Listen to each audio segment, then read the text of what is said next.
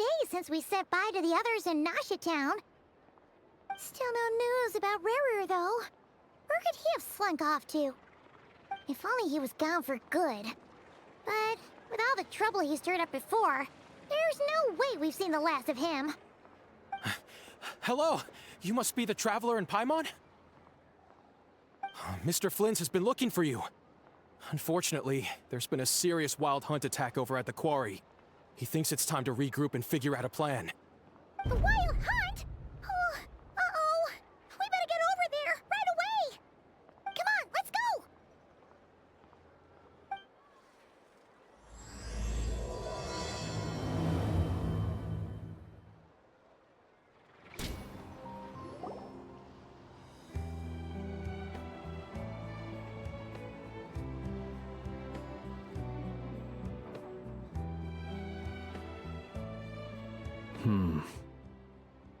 I can barely sense any Kuvaki at all. This whole area feels like a soulless husk. Looks like his appetite truly is insatiable. As if the power of that energy cannon wasn't enough. He's not seriously still getting stronger? What's his endgame here? Ah, everyone's here already. Hey, we made it. So, what's going on? We've all been on high alert since we split up a few days back, expecting Rarir to strike again. But it's like he just vanished into thin air. No one has seen him nor found any trace of his presence. That is, until this morning, when a ratnik found signs of wild hunt activity while out here on patrol. As you can see, the Crystonite itself is physically intact, but the Kuvaki it contained is all but completely diminished. And we're sure that Rarir did this. Who else? He's the only one who could pull off a stunt like this. Kuvaki loss has reached critical levels. Reikir of Solnari set to maximum threat level. Warning, unless de-escalation measures are taken soon, he will pose a threat beyond our ability to contain. The consequences could be catastrophic. Traveler, do you remember when we encountered Rarir just after regaining his body? There wasn't a shred of sanity left. Nothing but madness and rage. Yeah, didn't he shout out a bunch of names? Then he started raving about how nothing in this world mattered to him. Oh, Paimon gets chills just thinking about it. Oh, but the thought that he's still out there, lurking somewhere in Notcry, waiting for his chance to strike? Oh, even chillier. Last time we fought, we were already at a disadvantage. If he has such overwhelming strength, why would he suddenly go into hiding? Yeah, if I were him and I wanted more Kuvaki, I'd just take it by force. No point staying in the shadows. Unless something went wrong. His whole resurrection thing didn't exactly go smoothly. The other thing is, how does someone who's completely lost their mind still have the wherewithal to cover their tracks so perfectly? Beats me. According to certain medical studies, insanity does not always entail a complete loss of rationality. It may be that he is simply living in a world of his own. That actually sounds about right. He was ranting away to himself the whole time, like he had zero interest in talking to us. There are many unanswered questions here. He could be right under our noses, and we'd still be in the dark. Besides his name and title, we know little about him. Certainly nothing about his past, or what he might be hoping to achieve. Exactly. And we wouldn't even know where to begin looking. Even Boss hadn't heard of the Rahir of Solnari before all this. I'd be willing to bet that even if we gathered together every scrap of intel in Nodcry, we still wouldn't find more than, like, 3 useful facts about him. So, if we do nothing, he'll just keep getting stronger. But if we want to investigate him, we have no idea where to look. Last time we had Marionette and her big robo-buddy to help us, and we still barely held our ground. If we had to face him alone... Oh, Paimon's head hurts just thinking about it. What are we supposed to do against a threat this big? Well, I do have a little hunch about his next move. Given that he attacked the quarry, I'd say it's likely he'll target other places rich in Kuvaki. Somewhere like the Eye of Krati, or the Pillar of Embla. One thing's for sure. If we just sit back and let him keep absorbing Kuvaki, we really won't stand a chance against him. A perfectly reasonable hypothesis. However, it is worth noting that these two locations are quite far apart. To investigate them both, we'll need to split up. I agree, we should split up. Right now, Rarir's goal seems to be gathering Kuvaki, not fighting us directly. Once we're done, let's regroup on Hisi Island. Wait, why Hisi Island? If I recall correctly, your largest goddess statue was carved from Kuvaki-rich ore, was it not? That's right. Yes, it could well be a potential target of his. I should head back and start evacuating the pilgrims.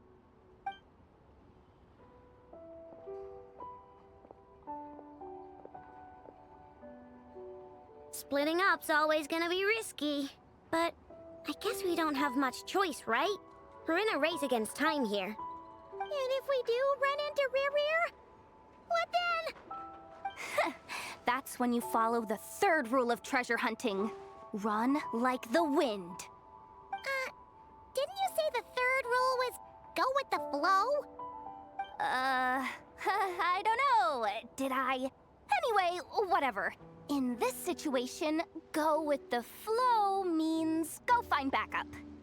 Agreed. If anyone finds so much as a trace of Rarir, do not pursue him. Get out of the area and alert the rest of us as soon as possible. We need to put safety first. All right, we'd better get moving. Come on, Anefa, let's go.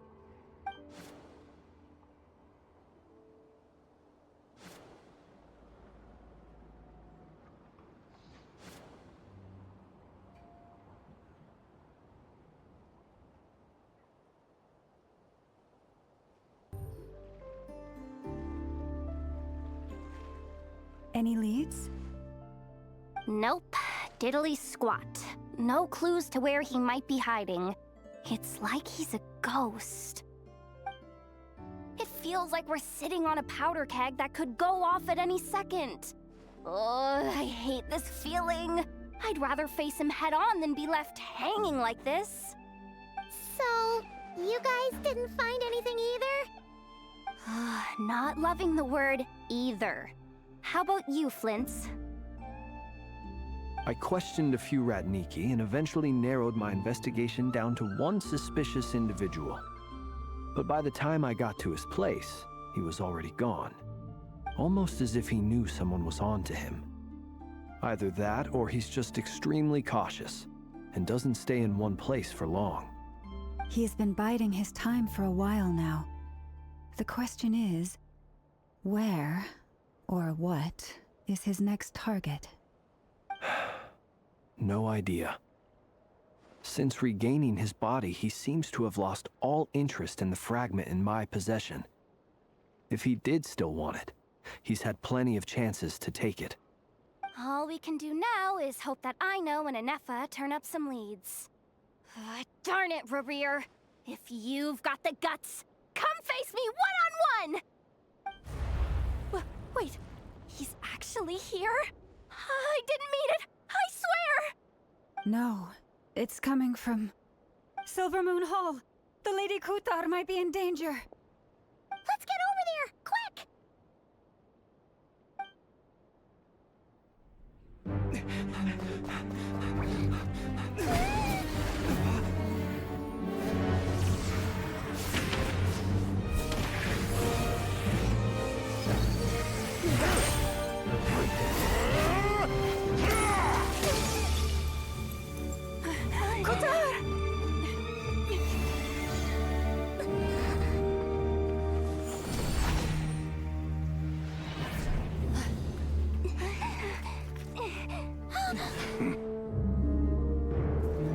Why is he attacking the damsel elect? What's going on? No time for questions. Stop him!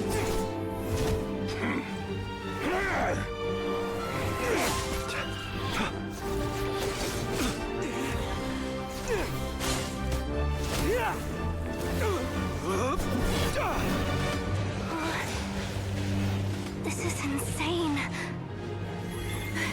Yehuda, get Kutar out of here! On it.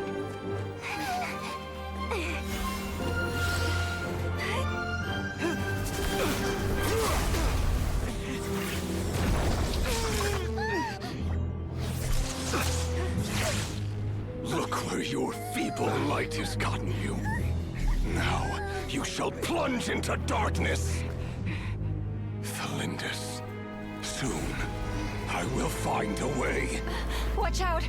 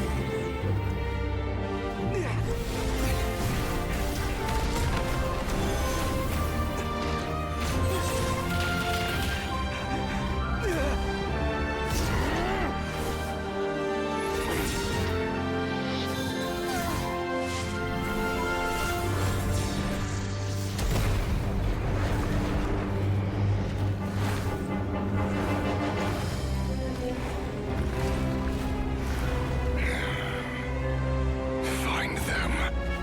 Even if it means turning this place to ashes.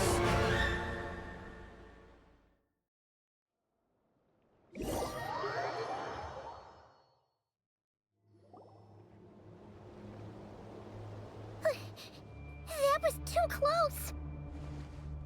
We barely made it out of there alive. What's that guy's deal? How'd he get so crazy strong? He's a threat to this entire nation. I doubt his strength could even be measured by conventional standards. I have a question. When me and Anetha showed up, we saw him chasing after this lady like he wanted her dead. What was that all about? We weren't there for the whole thing either. They were already duking it out by the time we arrived. Yeah, we didn't see how it all started. It all escalated so quickly, we had no choice but to step in. Kutar, can you shed any light on the situation? Kutar. Cross-checking database. I see. So you're the one that the Frost Moon Scions refer to as the Moon Goddess? Wait, she's the moon goddess? Oh, no wonder she looks just like all those statues. There are many reasons why people might worship the moon, and just as many why they might despise it. I've never met that person before, but there was no mistaking his deep-seated hostility towards me. Why he holds me in such contempt, I cannot say. But since he hunts the power of the moon, it's no surprise that I am a target. Kutar. There are many potential motives. For instance, you help the Traveler escape his grasp. This could be his way of taking revenge. It is also possible that he covets the Kuvaki inside you, and seeks to take it for his own. The list goes on. But, right now, devising a counter-strategy should be our #1 priority. The likelihood of this location being discovered is close to 100%. A counter strategy? We don't stand a chance against an enemy like this. Surely our only option is to run. He's not gonna chase us to the end of the world, right? So as long as we can sneak out of Nodcry undetected. No, I can't say that. Come on, Yehuda. This is serious stuff. You can't suggest we all just chicken out. Running is our only option. Huh? You seem surprised, but what other choice do we have? We are facing an enemy we cannot possibly defeat in battle. Well, I mean, yeah, but Still. It's not too late. I can distract him, so you have plenty of time to make your escape. Wait, what? You're gonna act as bait? Doesn't that make sense? I'm the one he's after. There's no need for you to risk your necks on my behalf. A coyote doesn't stop for bypassers while it's howling at the moon. What is it, Loma? The Frost Moon Scions have already grown accustomed to life without their goddess. My presence here is no longer essential, and this is not my home, so you needn't ask me to stay. We can't just roll over and let him get away with this. That's not our style. Yeah. We can't just call it quits after everything we've been through together. Besides, she'd pretty much saved my life back there. If I just ditched her now, I'd never forgive myself. We can't overlook that you have saved our lives multiple times now. To talk of returning the favor would be a little crass for my liking. But suffice to say that we are friends, and friends look out for one another. River's true objective remains unclear. Even if we were to sacrifice Muskutar, there's no guarantee he would stop. But Kutar, I know why you left the Frost Moon Scions so long ago. It was because people started treating prayer as a form of trade. They would make self-centered wishes, force you to accept meaningless offerings in return, and then expect you to perform miracles for them, as if that were their entitlement. If it were me, I might have walked away too. But I believe that time can change everything, and that sometimes it takes losing something precious to appreciate its true worth. After much reflection, I've realized that this was never about whether the Frost Moon Scions need you. Any relationship based on need is purely transactional. What I truly hope is that you'll choose to stay, not out of obligation, but as part of our family. You were born here, and now you've returned. Who knows? Perhaps it was the moonlight that guided you home. thank you, Lauma. But my power is on the wane. I'm afraid I will be of little use to you now. Very well then. I'll do as you say. Both times you saved us, we were transported across great distances in an instant. Is that one of your powers as the Moon Goddess? It is, but I find it very draining. I barely managed to pull it off just now, and it will be some time before I'm strong enough to do so again. Rejected by the world, my power is dwindling. Like a lake, cut off from its source, slowly shrinking away. Now, it has almost run dry. What do you mean, rejected by the world? The 3 moons belonged to the ancient bygone era in which they came into being. From the moment I was born, the world itself has been steadily sapping away at my strength. The 3 moons are not one and the same. As the goddess of the Frost Moon, I cannot wield the powers of the other 2. Yet moonlight has a way of blending together. Each can reflect the other's glow. So when our fingers touched, I was able to restore my strength by drawing Kuvaki from the eternal moon's marrow. But this method of recovery is painfully slow. If only we could find the... It's the Wild Hunt! Even faster than we expected. We'll have to finish this conversation later. See how those Wild Hunt creatures are running away from us. They're likely just a scouting party, which means Rerir won't be far behind. Then what are we waiting for? Let's get the heck out of here!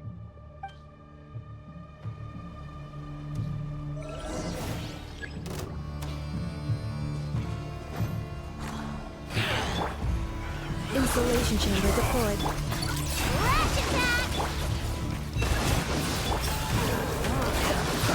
Oh, they just keep coming! This is driving me nuts! Rear's closing in on us. We need to pick up the pace. There's too many of them! And this time, we can't fall back on Guitar's house to escape! If this goes on much longer...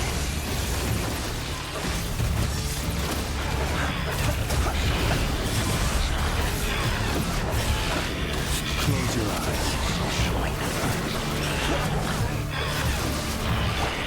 Follow the frost and unfold. Branches aside. Preparing for dust-up.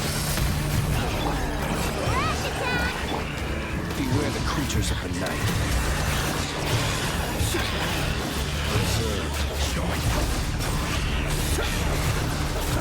Night frost. Night frost.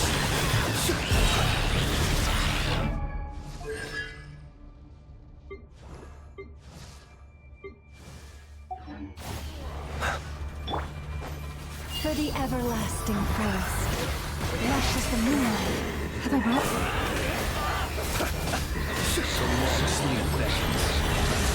Close your eyes. Ultimatum protocol. Defensive mode engaged. Follow the frost and unfold.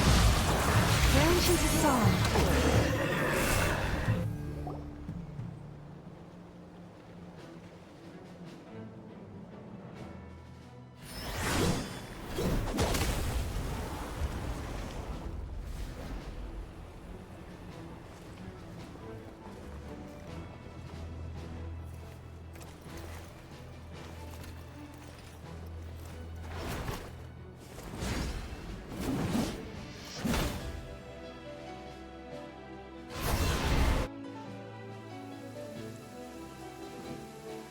What's the matter? Bit off more than you could chew?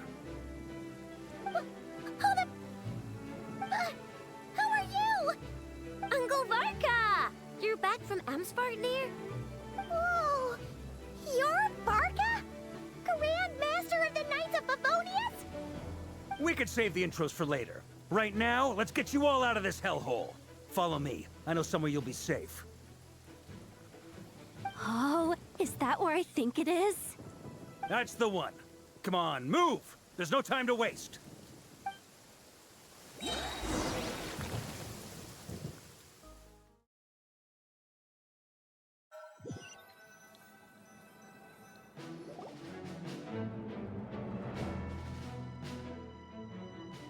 Wow! Where are we? This is so well hidden. Well, that goes without saying. This is the Knights of Favonius' meeting place in Nodcry, and a contact hub for the Northern Intelligence Network. AKA, the black market of intel. No matter what faction you're with, it's the place to buy and sell information. Their headquarters are in Nodcry, but they've got contacts in every nation. As an expeditionary force on foreign soil, working with them has offered us the most effective way of getting our hands on reliable local intel. This is where we meet, so naturally, it's secure. Anyway, where were we? Folks from Nodcry should be pretty familiar with me by now, but I believe this is the first time we've met. Allow me to introduce myself.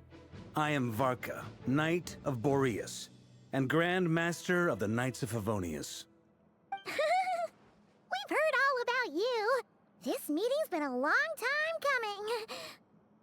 You look way younger than Paimon expected, but you definitely have that Grand Master vibe. Well, I'm no spring chicken. Just not showing my age yet. Definitely feeling some of that back pain today, though. Rushed back from Amsvartnir without a wink of sleep, only to get right into another fight with that freshly revived maniac. Another? You mean you fought him before? Yep. He wasn't nearly as strong back then, but he was still a formidable foe. I brought some of the knights along to give him a little surprise, but he saw us coming from a mile off. My squad took heavy injuries, and I barely made it out alive myself.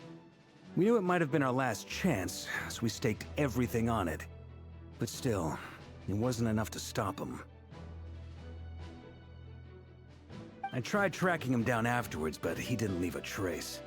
Even in his unhinged mental state, he's as cautious as any trained operative. So, I decided to come find you. And as luck would have it, turned up to find you being ambushed by the Wild Hunt. The rest, you already know. Is that why he's been frantically absorbing Kuvaki these past few days? Because he sees you as a threat? Maybe I'm part of the equation, but even if I weren't, I'm sure he'd still be gathering power. He's clearly working up towards something. Note to self, Uncle Varka's strength rating officially upgraded. Guess it's my turn to ask questions now. So, what exactly has been happening in Nodcry? Why has the Wild Hunt returned in humanoid form? And why is it after you? That's a long story, but I'll try to make it quick.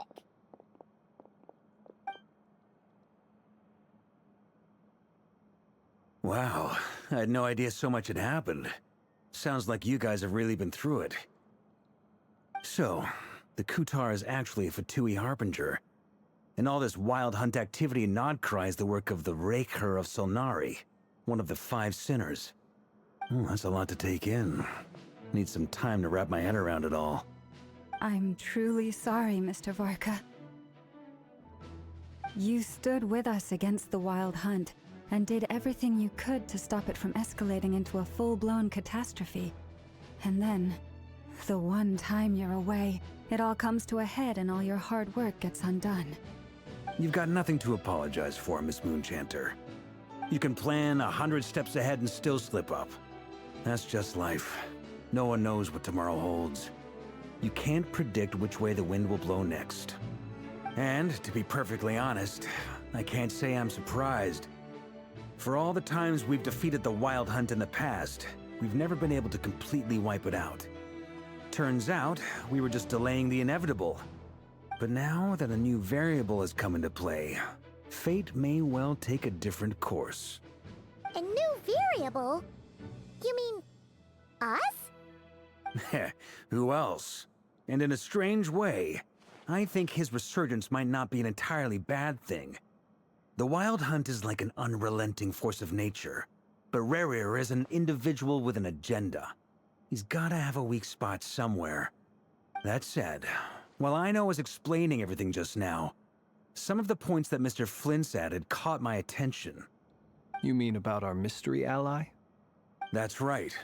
From what you've said, not only did they lead you straight to some key files, they also shielded Hisi Island from a lethal Kuvaki blast. I don't know who or what could pull something like that off. Heck, even Miss Columbina doesn't have a clue. I hadn't heard the story about those files. Would you mind repeating their titles for me? Wild Hunt Phenomena Log, a Nodcryan Ratnik's Field Journal, and Kuvaki Survey Log. Oh. No. Still doesn't ring a bell. Another dead end. Guess all we can do now is hope that our mystery ally keeps showing up when we most need them. Still, it's safest to assume they won't be intervening again. From here on out, we'll have to resolve this crisis by ourselves. Your intel also explains something else I've been wondering about. The reason I led my team to Amsfarnir was because we'd had reports about a possible source of the Wild Hunt showing up there. But once we looked into it, it turned out to be a red herring. I don't know who was behind it, but clearly, it served its purpose. I doubt it's by chance that he happened to make his comeback while my attention was diverted. And from everything you told me, it sounds like his scheming began well before his return. So maybe luring me away was all a part of his plan. But is it even possible that he orchestrated all of this by himself? The Moon Maiden and the Raker of Solnari, Nodcry of all places. The way everything is unfolding, it can't be a coincidence. So, what do we do now? Got any ideas? Right now, we've got at least 3 things to consider. Let's go through them one by one. First, we need to figure out how to take down Rerir. If we can't beat him in a straight-up fight, the rest won't even matter. To my knowledge, the bulk of Nodcry's fighting force is already gathered here. But even with everyone united, we're still no match for Rarer in his current state, let alone with his power still growing. What if there was a way to tap into a new power of our own? How so? Have you thought of something, Columbina? 3 moons once watched over this world. The Eternal Moon was the largest.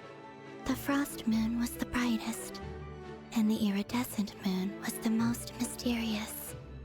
They say that back then, the 3 moon goddesses wielded immense power.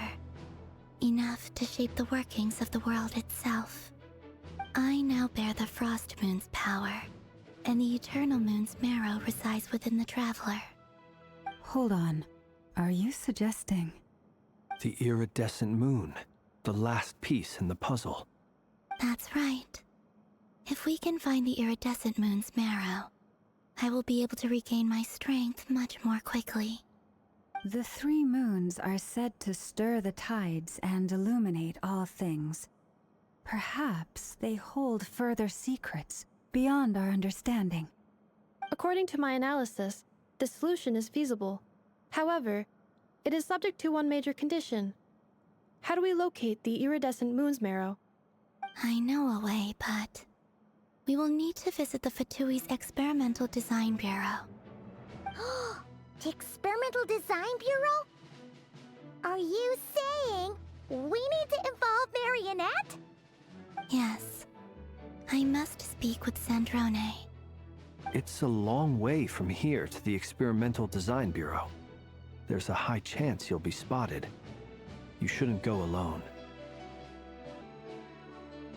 Then that's settled. Next up, our second priority. Somehow, we need to figure out Rarier's end goal.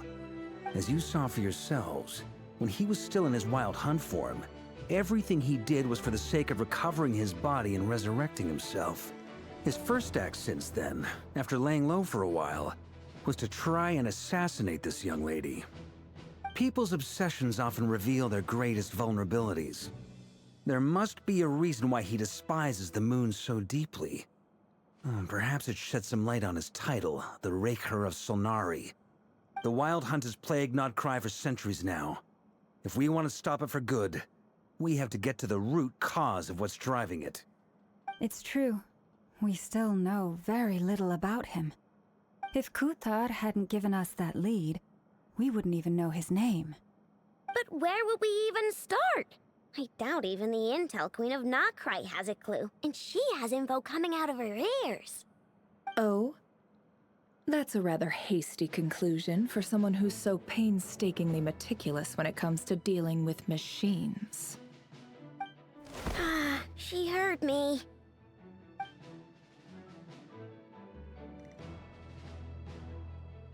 Boss! What are you doing here? I'm now asking myself the same question. I received a letter from a humble knight of Favonius, requesting a meeting to discuss a major business deal. But it looks like this humble knight had something else in mind. Details, details. Miss Neffer, the important thing is that you've arrived at the perfect time. Since his failed ambush, I've been racking my brains trying to come up with a plan to fight Rarier. Given the severity of the situation, I think it's fair to say that our only chance lies in uniting as one. And I'm talking all the factions in Nodcry. We can't do this without the Curatorium, but I knew it'd be a tough job to win you over. So, I took the liberty of reaching out for a little chat. Wait a sec. How did you even hear about this place, Neffer? Didn't you say this is meant to be the Knights of Favonius' meeting spot? And a contact hub for the Northern Intelligence Network? And isn't it supposed to be super hidden? You really think he could have gotten settled in Nodcry without my help? Besides, I'm the one running this gig. Of course I know where the meeting place is.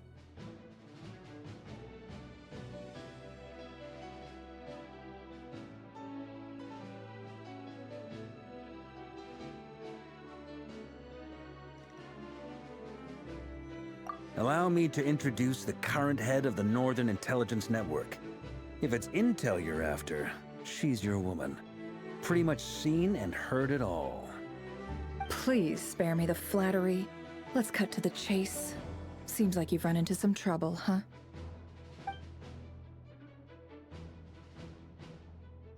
Well, this certainly qualifies as an unforeseen crisis. On behalf of the Curatorium of Secrets, I wish you all the best of luck. So you're just going to sit this one out? Why should I get involved? What could possibly be in it for me? What if we told you we can't do this without you? Oh? Then I'd say you'd better make it worth my while. I don't work for free. I can't put a price on something like this. It's just not in my nature. But then again, you and I have always been polar opposites in this regard. So I can't exactly say I didn't see this coming. If you insist on compensation, I will pay you. Consider this a formal commission. Sound fair? You just don't give up, do you? Too bad. I know you well enough to know you can't afford my prices. The riskier the job, the more it'll cost. And a moon chanter's stipend isn't exactly generous. Unless you're planning to start passing the donation box around among the faithful. Boss, just a thought. If they come up short, maybe you can take the difference out of my next few paychecks. Things got really dangerous during the fight with Rerir. If this girl hadn't saved me, I'd be ley line fodder by now. I'd be gone for good, boss. If there's any way we can make this work, I'd really like to help her. Please? I'm begging you. This is why I'm always telling you never accept favors. They are the hardest debts to repay. You have to be careful who you get involved with, or you invite all kinds of misfortune. Very well, Yehoda, I will help. But just this once. Don't count on this happening again. Flynn's, that fragment that Rerir was after, do you still have it on you? Of course. Let me borrow it. I need it to follow up on some leads. Wait, you actually have some leads? Shh. This is top secret information. I get it. We all have things we'd rather keep to ourselves. Plus, I know we can count on you, so we'll leave the intel gathering in your hands. And that brings me to the third and final item. We need to find a way to distract him. We need time to make our move, so someone will have to stall him. I'm in for this part, no matter what. Anyone coming with? Count me in too. Come off it, you two. Quit playing heroes. I'm way ahead of you here. Nefa did a scan of the Moon Goddess's Kuvaki signature, and we're gonna use it to make some decoys over at the Kramkake craft shop. Anyone who's in, follow me. Once they're ready, we'll deploy the decoys across Nagcry. So as long as the rest of you keep moving, he won't catch on to your scent and won't be able to track you down. I like it. Genius idea. No biggie. All right then, we'll split into 3 teams. Once your team has finished their mission, return here and wait for the others. Dismissed!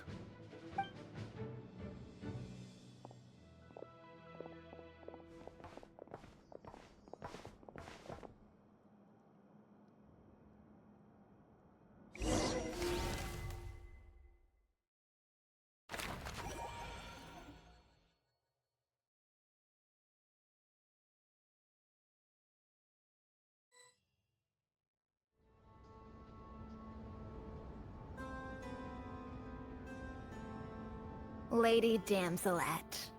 Wait, and you two? What are you doing at the Kuvaki Experimental Design Bureau?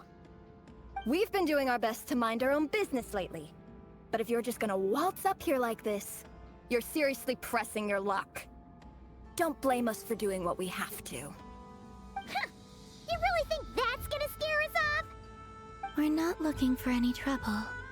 I just want to see Sandrone. Do I need to remind you that you're still a wanted fugitive for deserting us? Out of consideration for our former ties and the crisis we're all up against, we'll let you leave in one piece. But don't even think about trying to get inside. Let them in. But... Are you going to make me repeat that? No, my lady. Sandrone seems to be in a good mood. Must be maintenance day.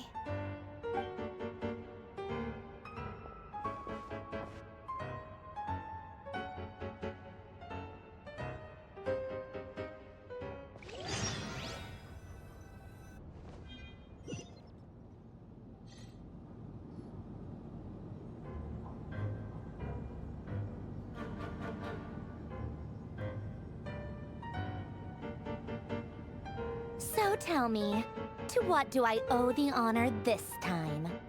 Actually, before you answer that, just so we're clear, we're not colleagues anymore, Columbina. I don't owe you anything. I promise it's nothing big. It seems like you've gotten the wrong idea here. The only reason I let you in was because I was bored. It seemed like a way to kill some time and satisfy my own curiosity.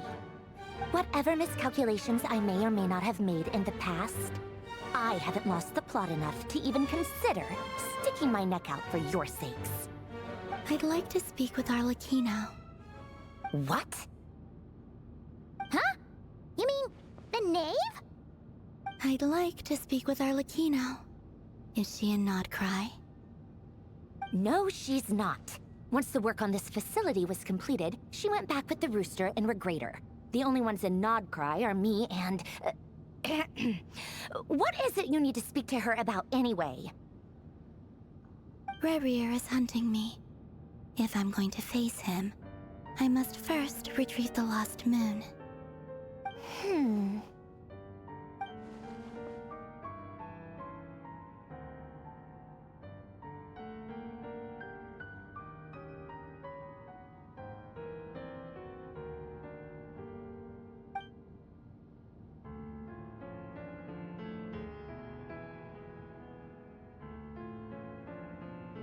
Is that a no, then?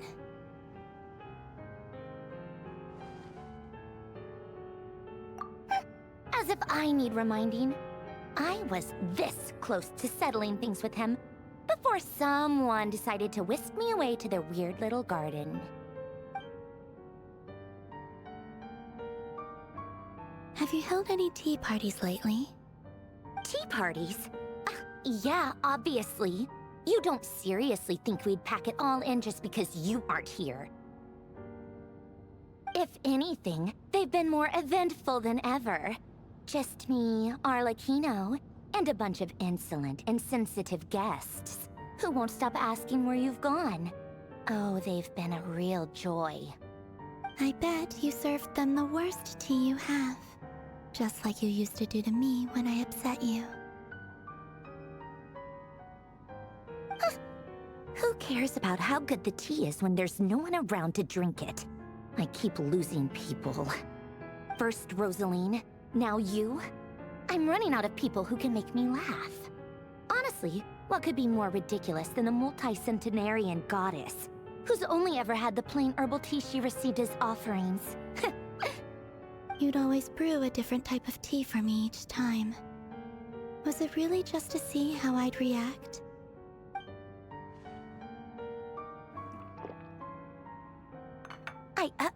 Well, duh. Why else? Watching you squirm was practically my only form of entertainment.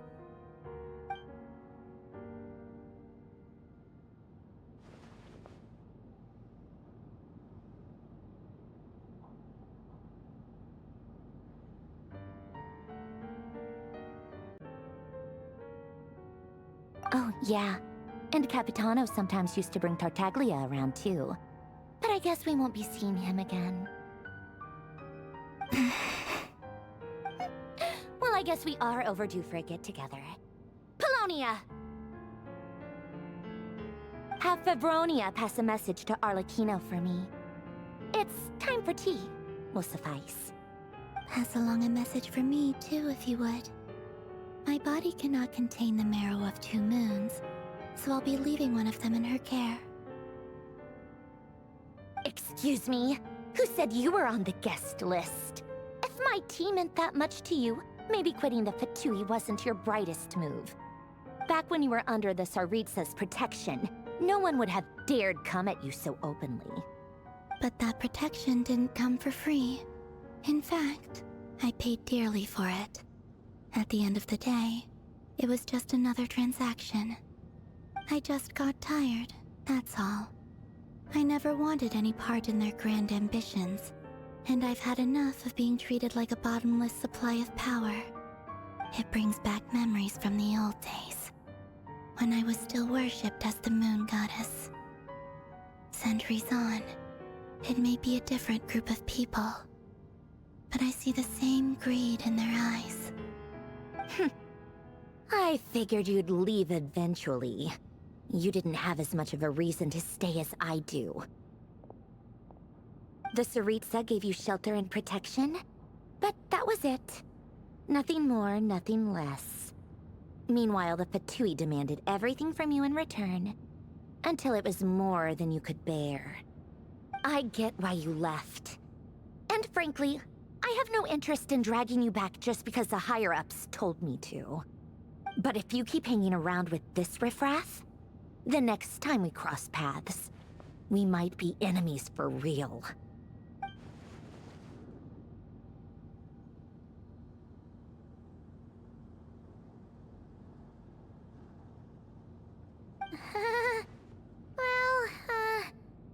Guess that's our cue to leave. That might be your plan, but it sounds like someone else wants you to stay a little longer. Huh? What do you mean? Listen.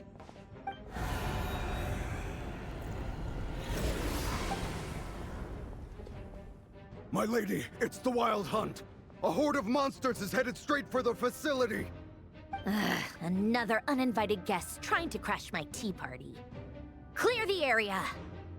I'll handle this. Wait, what? You want us to leave you here by yourself? Huh, you'll be lucky to make it out of this alive. You really think you can afford to worry about me? Go on, get out of here. You may have stopped Polonia from crushing him last time, but I've made sure that won't happen again. The entire Experimental Design Bureau is rigged for war. Stay and watch if you want, but it'll be at your own risk. You're not flagged as friendlies in the weapons system. Don't tell me what to do! Look, if you're leaving, make it quick, or you'll just get in my way. There's a secret passage on the 2nd floor. It'll take you right to the plains out back. Stare all you want, Columbina. You're not getting another invitation to my tea party. I know. But thank you anyway, Sandrone. This is exactly why you shouldn't hang around with those people. All their melodrama and sentimental nonsense is rubbing off on you.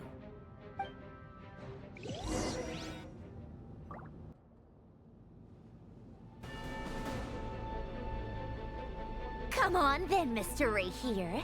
Let's pick up where we left off. It's your Wild Hunt monstrosities versus my beautiful creations. Let's see who comes out on top.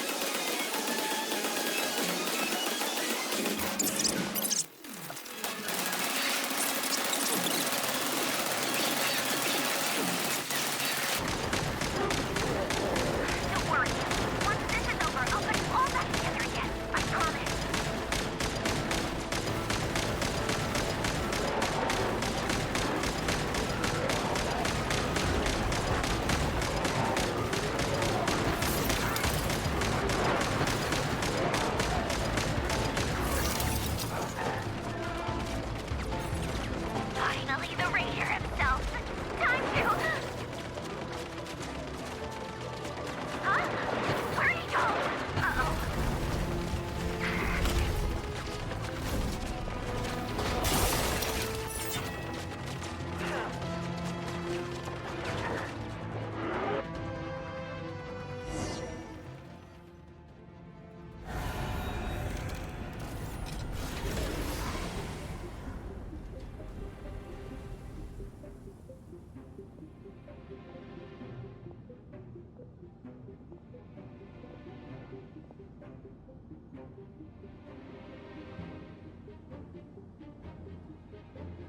Polonia, get him!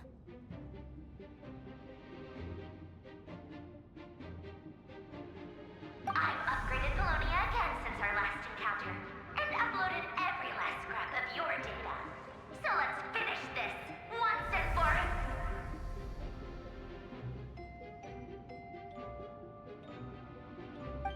She's not here. Where did she go? Hey! Over here, you big... Curse it. Moon. Go. Keep searching. She cannot have gotten far.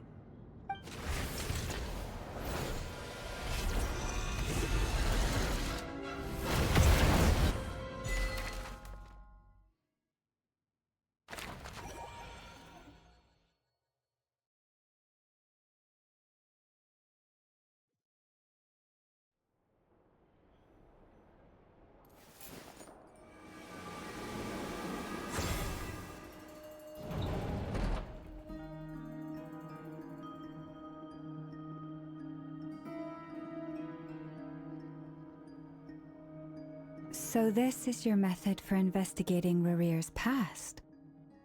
It almost looks like some kind of ceremony. Good deduction. But it's quite a different affair from what you're used to with the Frost Moon Scions. Whoa! First time I've ever been in here. Boss always said it was off limits, so I pictured some kind of creepy dungeon. But it's actually kinda nice. Oh, I guess this must be Sumero decor? That's where Boss is from. And that nice shopkeeper who sold me my treasure compass. I'm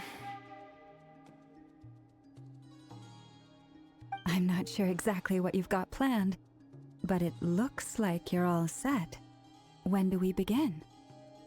Whenever we wish.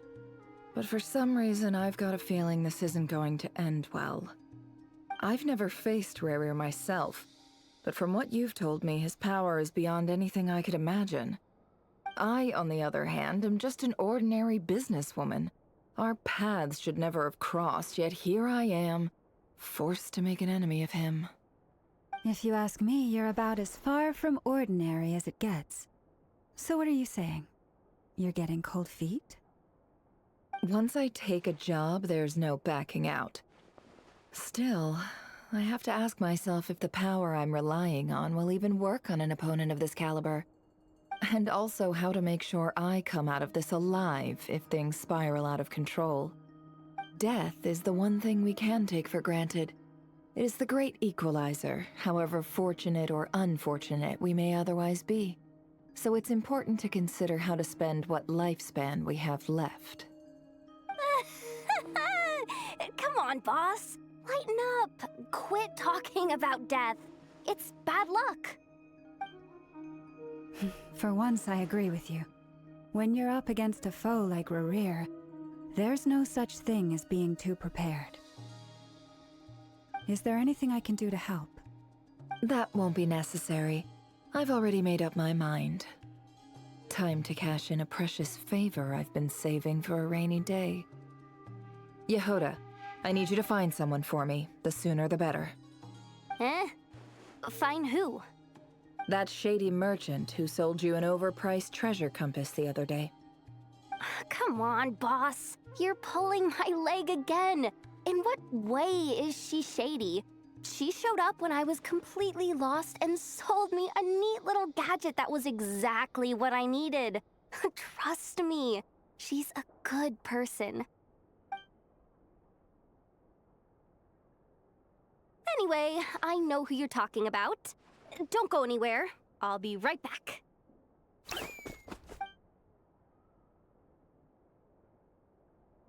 Quit grabbing me! I genuinely can't run any further!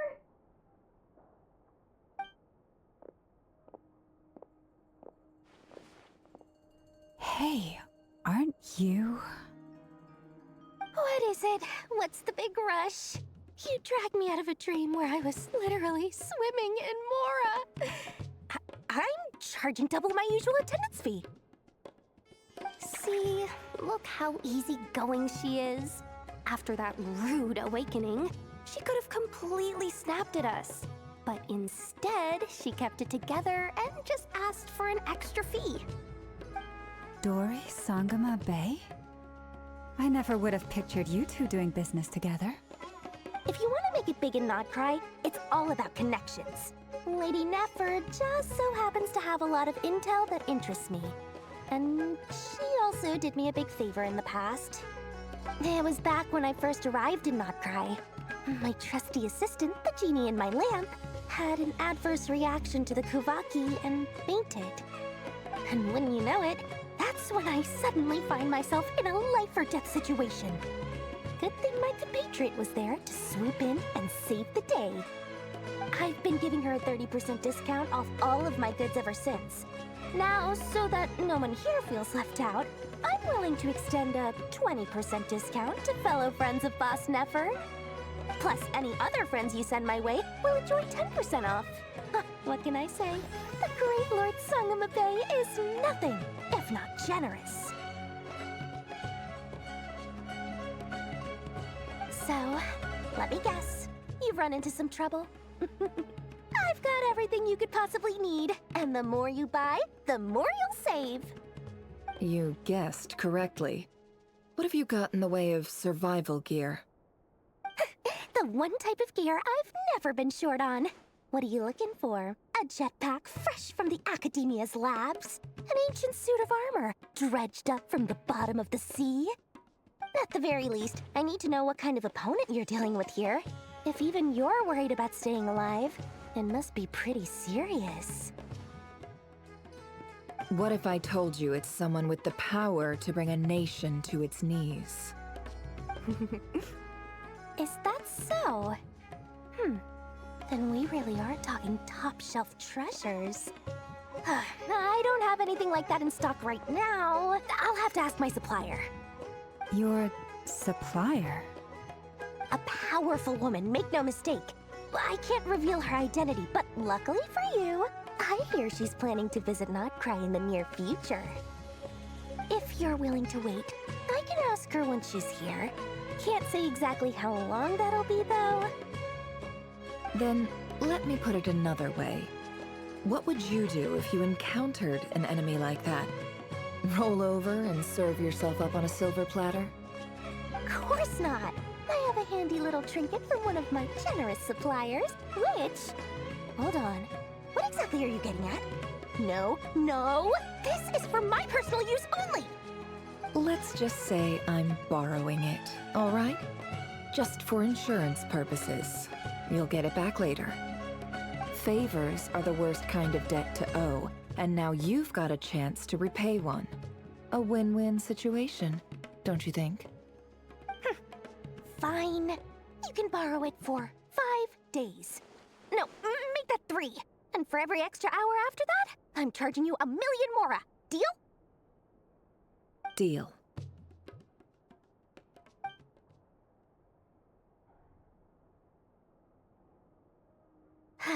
What a way to start the day. Now, was there anything else you wanted? Or can I go back to bed now?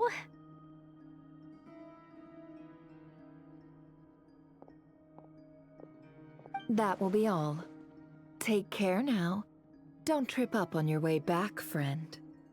See you later! You're my favorite shopkeeper.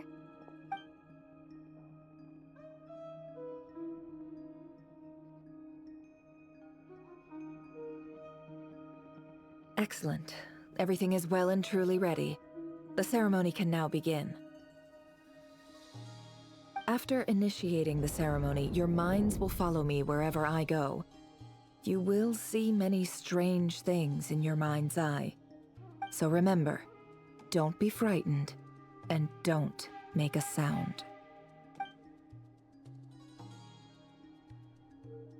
Now then, let us peer into the Raker of Solnari's past.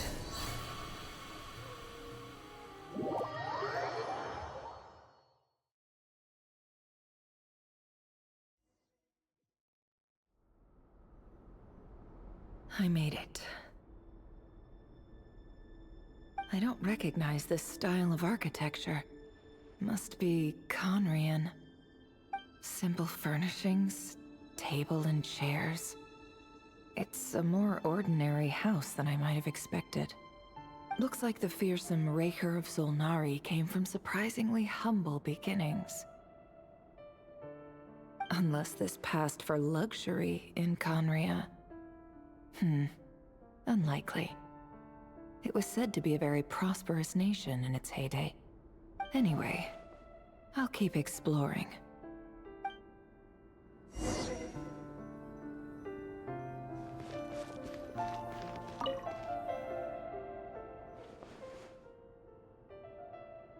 Hi, Reverie.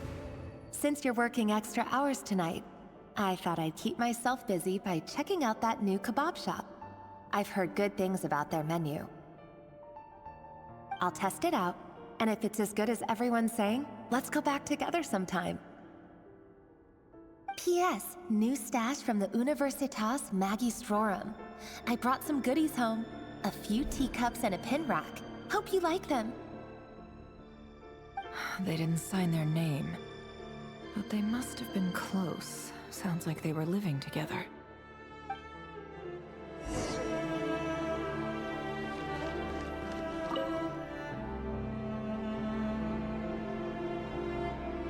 I went over to Joseph's for drinks today. They have a fine collection, but I went alone. Felindus was tied up with something and couldn't make it. Joseph asked why I came alone, but I didn't really have an answer. He then went on to ask about other things. If you ask me, someone who asks that many personal questions is too nosy for their own good. But if he invites me again, chances are I'd still go. Felindus. That's the same name Rerir mentioned. Crane imports keep falling. If things don't pick up, we'll soon be back to meat and mushrooms only. Honestly, I'm not a huge fan of that new type of mushroom everyone's been into lately. Didn't it start out as a lab-grown variety?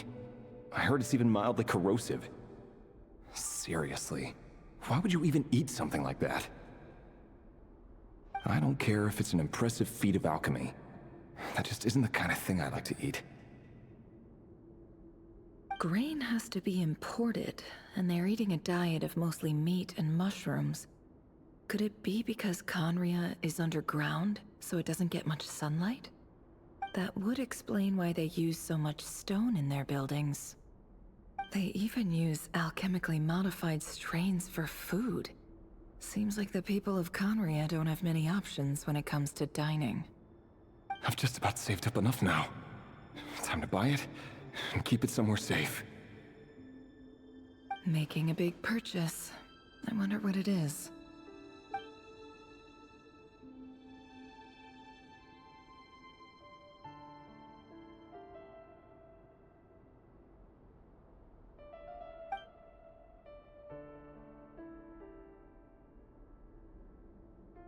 He really is a professional.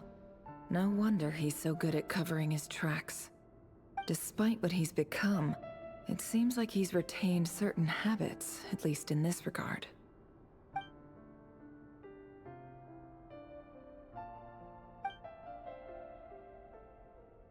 Did Rary rip it out himself?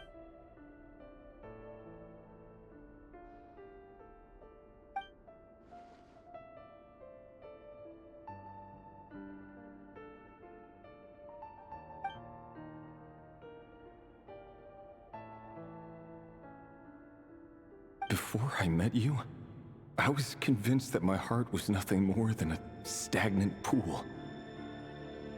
The burial place of a fallen moon. A withered, windless grove where the waters rested forever unrippled. It was you who helped me see that my heart hadn't entirely withered away.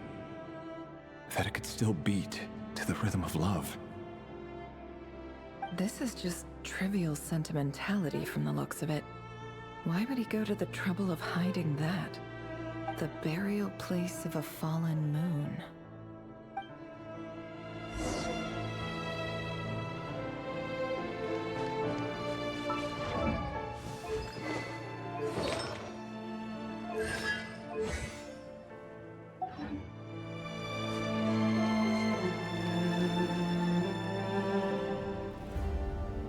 Reverie, over here. Dane! Oh, and, Vedaflin here? What a surprise to see you here, sir. Hello there, Reverie.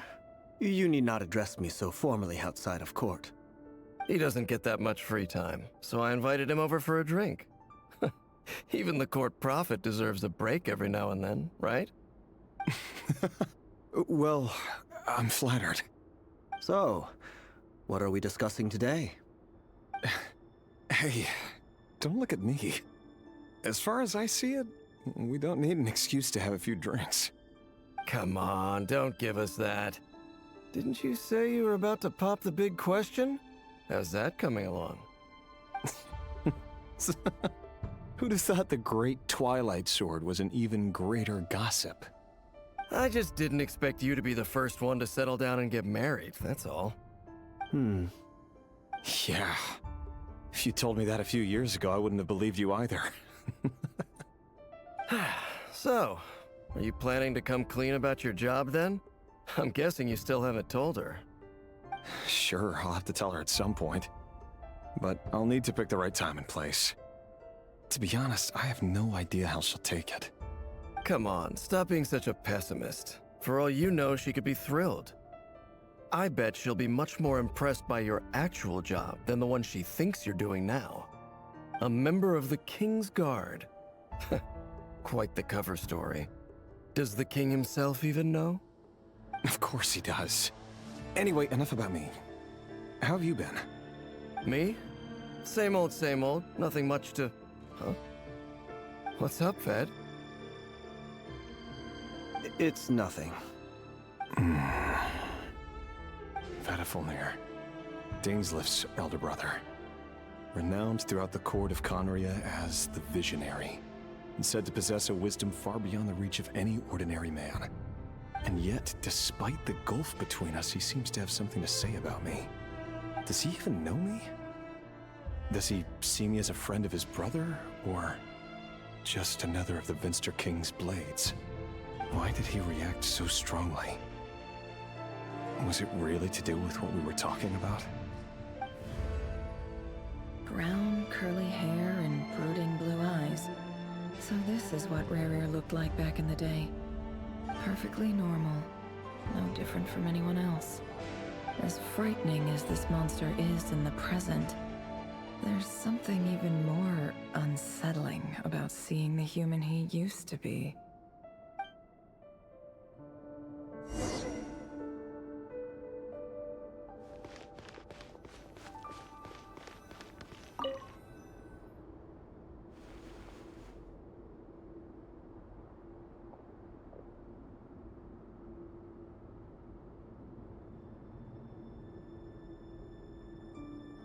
Felindis? You're back early? Our equipment's being serviced today, so I got off earlier than usual. How's your day been? Aw, why the long face? Is something the matter? Has your boss been giving you a hard time again? Went for a drink with Dane and the others after work. Isn't that a good thing?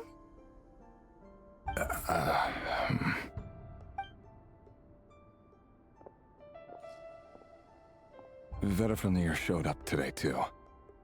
You know, Dainslift's older brother. Ah, Mr. Vedafilnir. Yes, I've heard of him. They say that everything he says ends up coming true. He overheard Dainsleif mention that I'd recently proposed, and seemed to have an issue with it. But when I asked what it was, he kept it to himself. So, you're worried? You could be such a child sometimes, Revier. We're nobodies. Why would the Visionary be concerned about us? I'm sure someone in his position has much bigger fish to fry. Maybe you're right. You worry too much, Revier. We've been together for ages now, and everything's been going so well, has it not? You've even proposed to me. So, you do remember. Tell me then. What's your answer? Like I said, I need some time to decide. You can't just rush into things like this. We may be nobodies in the grand scheme of things, but if we want things to work out, we've still got to plan ahead. All right. Take your time. Just don't keep me waiting forever. Nobodies. Sounds about right. In the eyes of people like Vedalfnir and Dainsleif, what do we matter? Can someone whose gaze is so fixed on a far-flung future even see the present clearly? Besides, the dynasty's fate rests with the king and his inner circle. Whatever I do, it won't make much difference. Meanwhile, every idea they come up with and every decision they make, it affects everything. These days, the king is lost in his research, and the purge of the Crimson Moon bloodline grows ever more intense. The opposition tried to speak out, but nothing came of it. And I'm under no illusions as to why. Because we eliminated them and got rid of their bodies. A man can have 1,000 reasons to carry a sword, but there are few good excuses to use it. Yet the king has never even considered a gentler approach, and he never will. What becomes of someone who kills on another's behalf? Can he ever find true peace?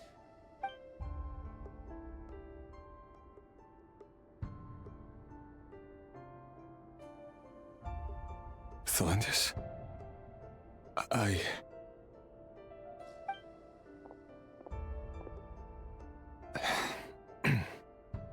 It's nothing. You were right. Fate has never smiled upon nobodies like us. But by the same token, it's unlikely to bear a grudge against us either. There's no reason we can't keep living happily together, cherishing the simple joys of each day as they come. See? You just need to stay positive, Revier. I can feel your warmth, your breath. You're right there, right by my side. Just seeing you makes me happy in a way I can't explain, and that's something that no one could ever take away from me. So smile, my love. Let go of that frown. You're right, Thelindis. I've just been overthinking things. That's better. Getting caught up about things like this will only ruin our evening. Speaking of which, all set for the ball tonight? I need to go get ready. You go ahead. I just have a few things to take care of, then I'll come join you. Even busier than the big shots, huh? Fine, I'll go get started. But don't be late. If you keep me waiting too long, I won't be a happy bunny. Relax. I'll be there. Seriously, though, you drive a hard bargain. You're really gonna leave my proposal hanging and still expect me to take you to the ball? Well, that goes without saying. I already told everyone I'd be coming with a dance partner. Besides, they're two completely different things. Let's take it one thing at a time, all right? All right. White outfit it is. It seems like Rerir was deliberately hiding his ties to the intelligence services by giving the impression that he was just an ordinary member of the Venster King's Guard. He clearly doesn't want his would-be fiancée to know about his other life. Then again, that's hardly surprising. People in the intelligence trade rarely do. Who'd have thought we were in the same line of work? Let's dig a little deeper.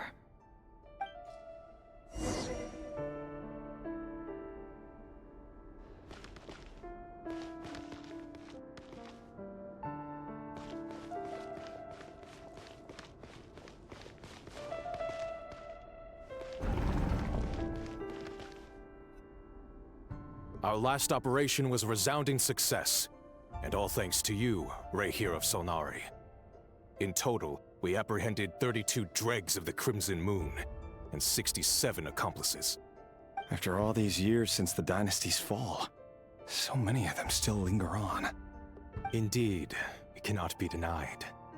Yet it was destiny that the Crimson Moon should be overcome by the eclipse, and that His Majesty, the all-seeing Vinster King, now guides our nation on the path to prosperity. Conria has no further need for a dead moon. But alas, there will always be those who refuse to see the truth, choosing instead to romanticize the past. That's not entirely true. Much about the Crimson Moon era was worthy of remembrance, and that's exactly why they keep trying to see it restored. Many of its secrets remain unsolved to this day. As it happens, that's precisely the field of study my partner is devoted to. You still haven't told her what you really do for a living. Where would I even start? How do you tell someone that you're one of the King's hand-picked executioners? That your hands are steeped in blood? You didn't choose this life, any more than I did. Orphans like us don't get a say. But I'll sure as heck be the one to pay for it. Speaking of which, we need to be more rigorous in the way we identify direct descendants of the Crimson Moon. Someone, it seems, has strong opinions about my future plans. Most likely my marriage in particular. I have a feeling that we may soon become targets of the Crimson Moon's retribution. Your concerns are not unfounded. They've taken out many of our colleagues these past few years, and for that very reason. These are no helpless lambs we're leading to the slaughter. They're wolves in sheep's clothing. Take care, Rahier of Solnari. I look forward to toasting you at your wedding. Thanks, Thorkel. You look after yourself, too.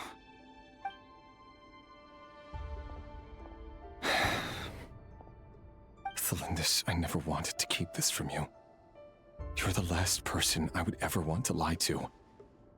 But that's exactly why I can't tell you everything. There are things you shouldn't know. Things you cannot know. The moonlit dynasties are a thing of the past.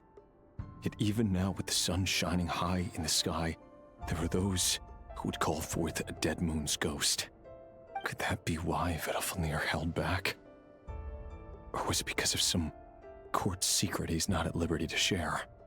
I have to get a clear answer from him. No matter what happens, I will protect Thelindis. Rahier seems to be very concerned by Vedalfnir's reaction. Vedalfnir and Dainsleif, the Visionary and Twilight Sword. So that's what they were really like. I've investigated this whole area now. There doesn't seem to be any other memories here. Should I try somewhere else? Wait a second. What's this black smoke?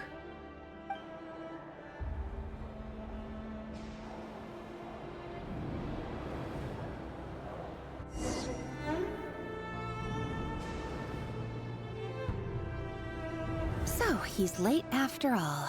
Just you wait, Rahier. You're in for it. Big time. Are you waiting for someone, ma'am? Could I tempt you into buying some flowers? Oh, sure. Pick me out a pretty bunch if you would. Thank you. But I'm afraid none of them are as pretty as you. For someone so young, you sure have a way with words, don't you? I'm only telling the truth. Look me in the eyes. You'll see I'm not lying. May we have a word in private? Who are you? And what do you want? It doesn't matter who I am. Too many of our kind have fallen lately, so I decided to take the risk of reaching out. Not long ago, the Rahier of Solnari led an assault on one of our strongholds. We suffered many casualties, and many who came to our aid lost their lives as well. Sorry, I don't know why you're telling me this. And I don't want to get involved. Wait, hear me out. This time we finally got a clear look at his face and learned his true identity. His name is Rahier, and he claims to be one of the king's guards. What did you say? A cruel irony, isn't it? The man you're set to marry leads a double life as a brutal executioner. But surely, you must have caught a whiff of the blood on his hands. Why are you telling me all of this now? Simple. It's because...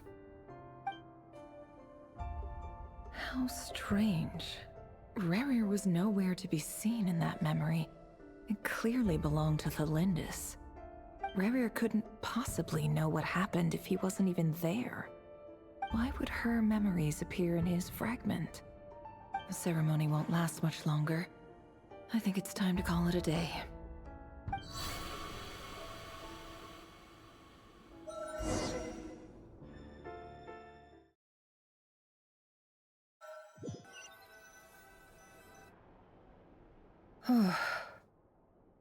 So that was your doing? Did you just pull us inside Rerir's fragment to spy directly on his memories? Any more questions, and I'll have to start charging. I had no idea you could do that, boss! Seriously, that was amazing! We're not worthy. We're not worthy! I gotta admit, though, I'm itching to see what happens next. Feels like we barely scratched the surface. I'm just as curious as you are, but the ceremony only allows for limited time inside. That's all we can see for now. Luckily, we managed to learn quite a lot. So far, so good. I just hope the others are doing okay too. Especially the group with the Traveler. Their mission is a risky one. Let's hope it's all going smoothly. If you're worried about them, go see how they're doing. If I know Boss, she's gonna need some time to write up all the details and make sure it's all coherent. I'll stay behind to lend a hand, but feel free to head back and meet up with the others.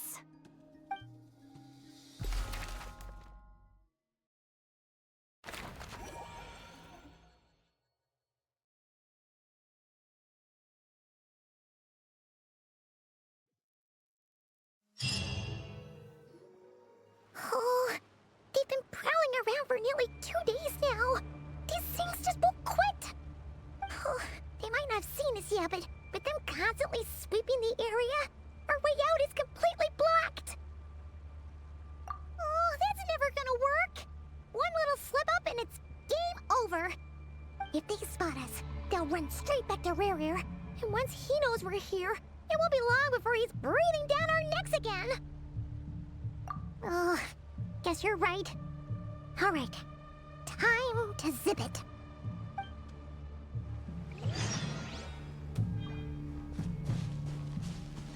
Quick, hide! We almost got spotted!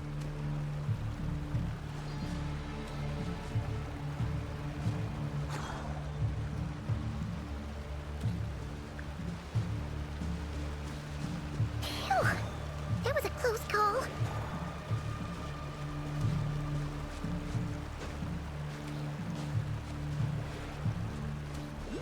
Watch out! He's coming this way!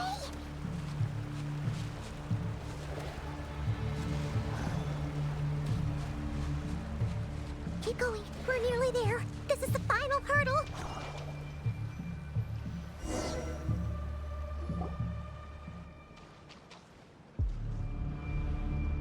Oh, there's no end to these things.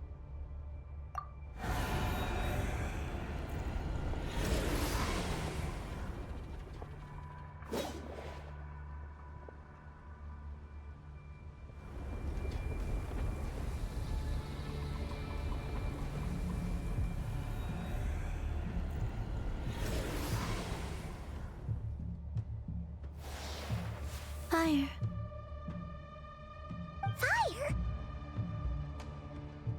Wait, what's that smell? Oh no, there's a fire!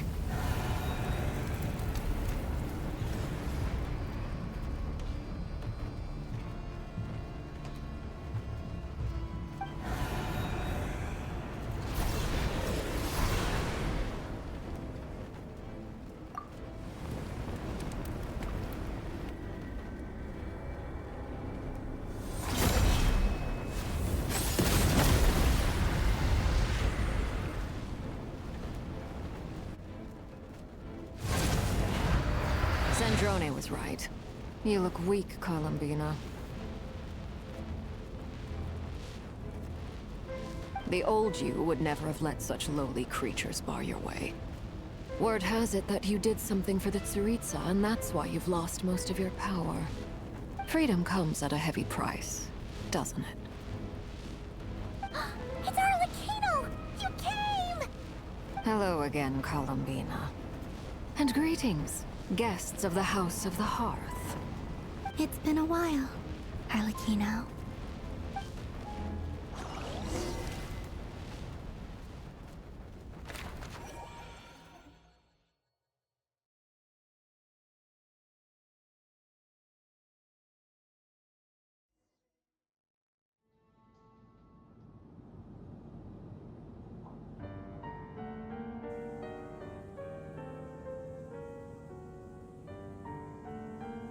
Stupid right here of stupid Solnari. Ugh, whatever. I've got all the data I need. Next time we meet, you're finished.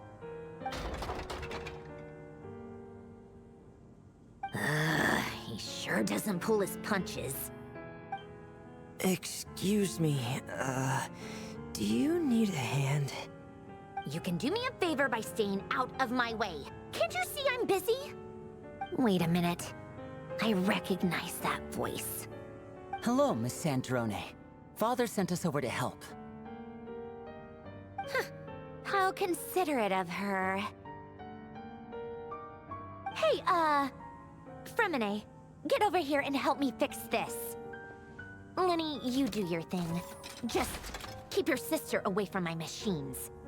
Nearly every machine that cat girl touches ends up going haywire. Go put her on cleaning duty or something.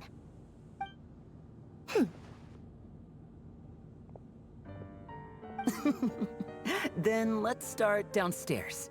Fremine, we'll leave this place to you. You've got it. Wait a second. Pretty sure there's still some tea in the cupboard. If you want some, you'll have to make it yourselves.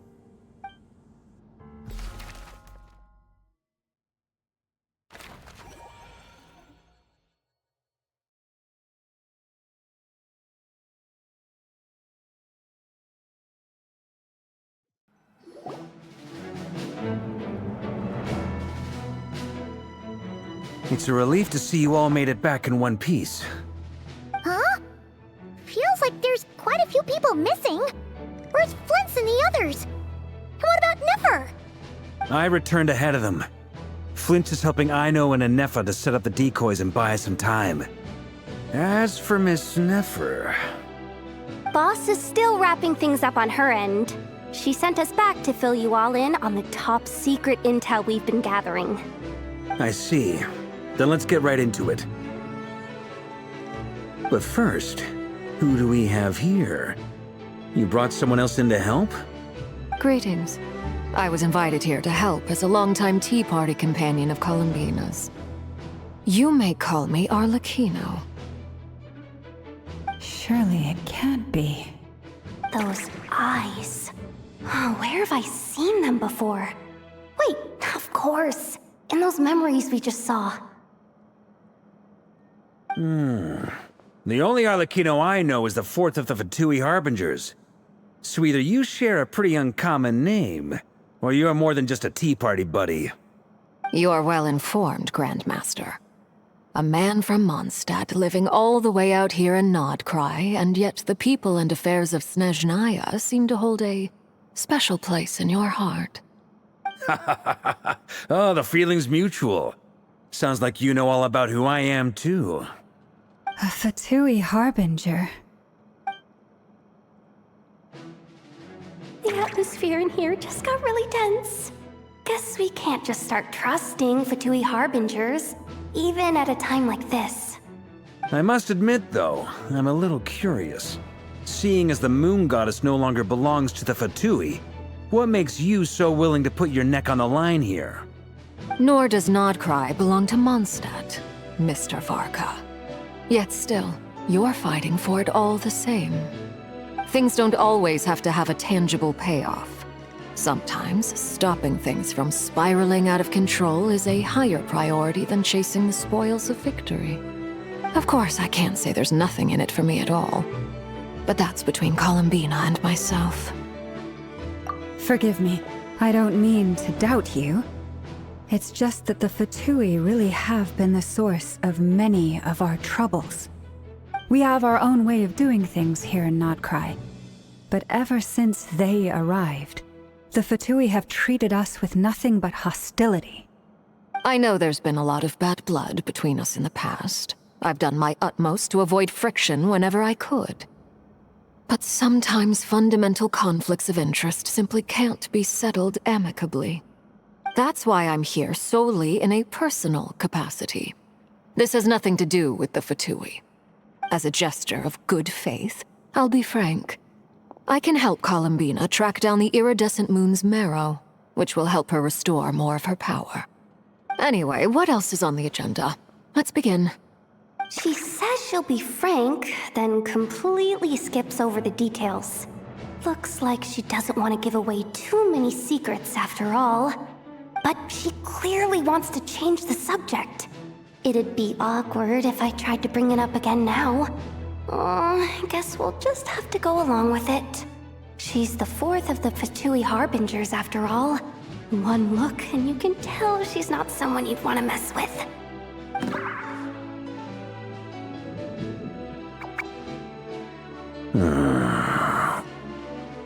Well, since Miss Arlecchino sounds confident in her ability to handle that, we'll proceed to the next topic.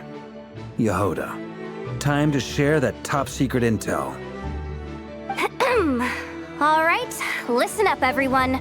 First, we now know that Rerir was originally a Conrian secret agent whose primary mission was to hunt down and assassinate the so-called Dregs of the Crimson Moon.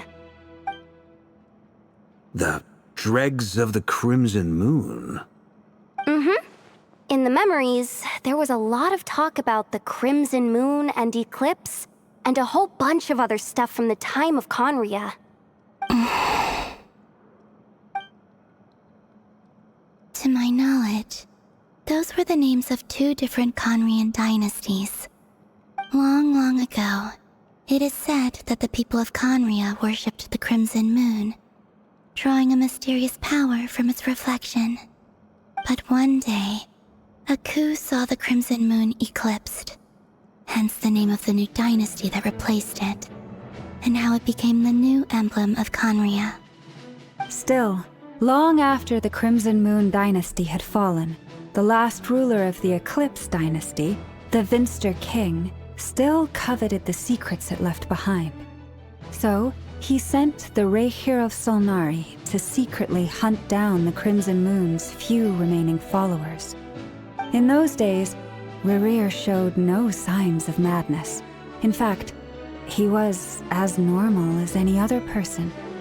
Oh, and he had a fiancé, or at least a would-be fiancé, called Tholindis. What's the matter?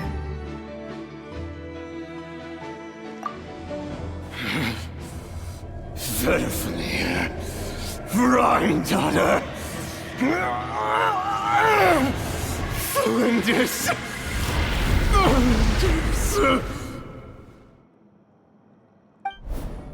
Interesting. Anything else? What about this would-be fiancé of his? Do we know anything about her? Well, she was a researcher at the Universitas Magistrorum, but it felt like she was hiding some kind of secret. Oh, and one more thing. For some reason, Rerir's fragment also contained some of Tholindis' memories, though only a very small portion.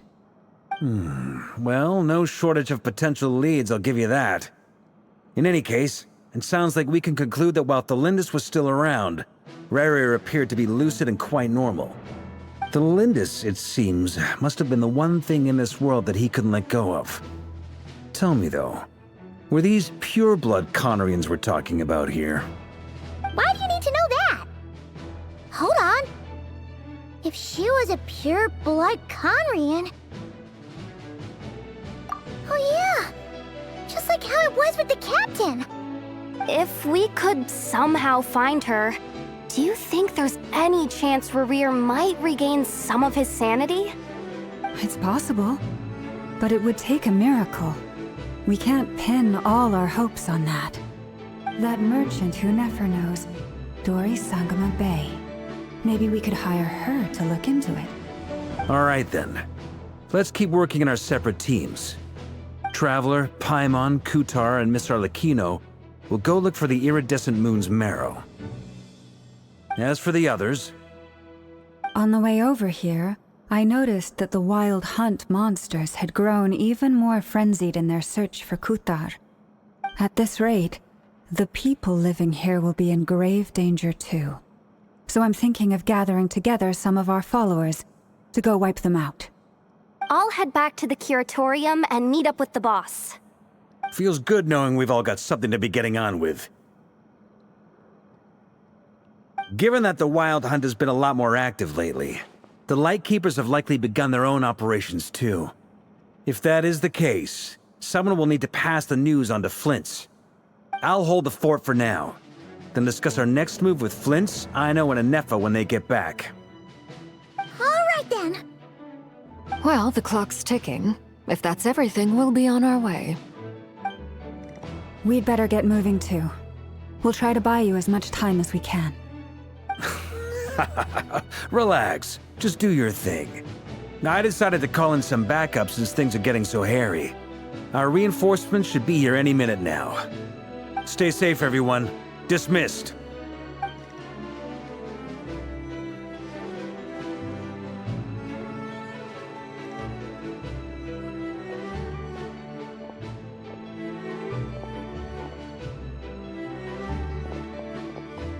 We're back. Did we get here a little early? Or a little late? A tad late. The others have already set off. To summarize, our resident moon goddess has found us a new ally, and Boss Nefer has uncovered some promising info. Everything going smoothly on your end? Not great. I don't know how long we can stall them for. The decoys are getting taken out way faster than we imagined. I'm gonna make some more later, but I need a timeout first. I'm so tired right now. Oh, right! Inefa, could you fill in Uncle Varka on what we just discussed with Flint's? Sure. Uncle Varka, you previously told us about how when you went to investigate a source of the Wild Hunt in Amsvartnir, you discovered that it was just a diversion. But according to Flint's intel, several outbreaks of the Wild Hunt had already occurred in Nodcry in the period leading up to that. That was before Rerir had regained his body, when he was far from regaining his full strength. In other words, in theory at least, he still lacked the means to act in two places at once. Flint's, with everything that's been happening, the Lightkeepers across Nodcry are rallying to fight back against the Wild Hunt. They're gonna need your help.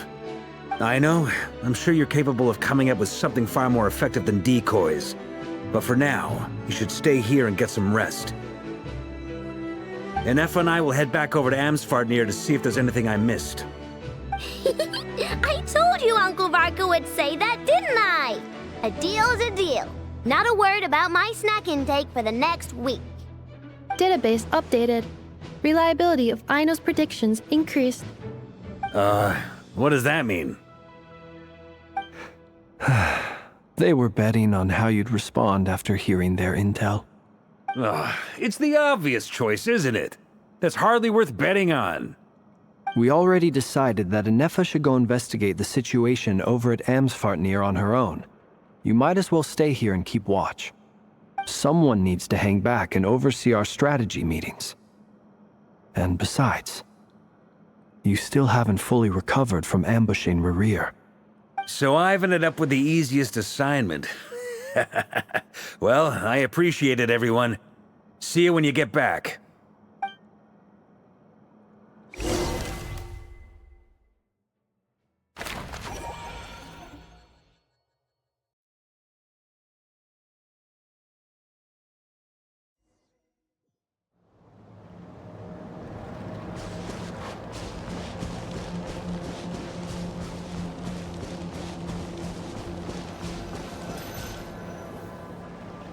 Here, this will serve as a good spot to cross over.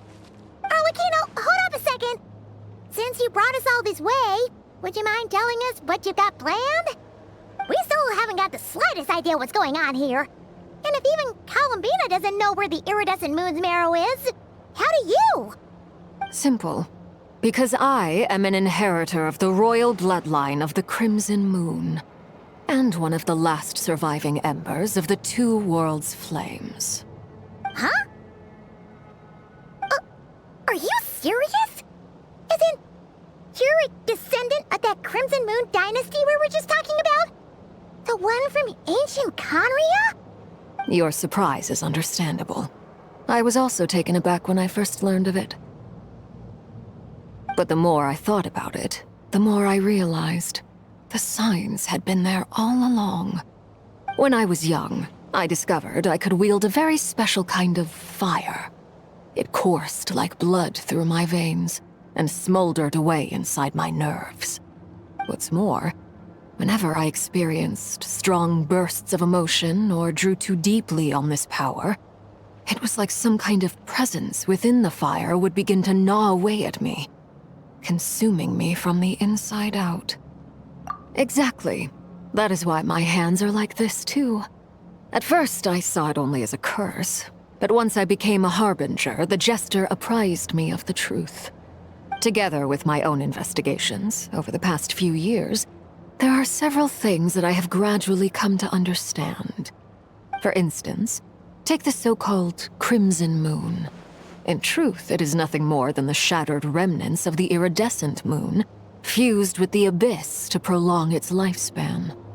Since this blood flame was bestowed upon me by the Crimson Moon, it is a fusion of the iridescent moon's former power and the corruption of the abyss. You all understand the nature of the abyss well enough. I draw upon its power, and in return, it hungers for my soul. This strange blackness is the mark of corruption it has left behind.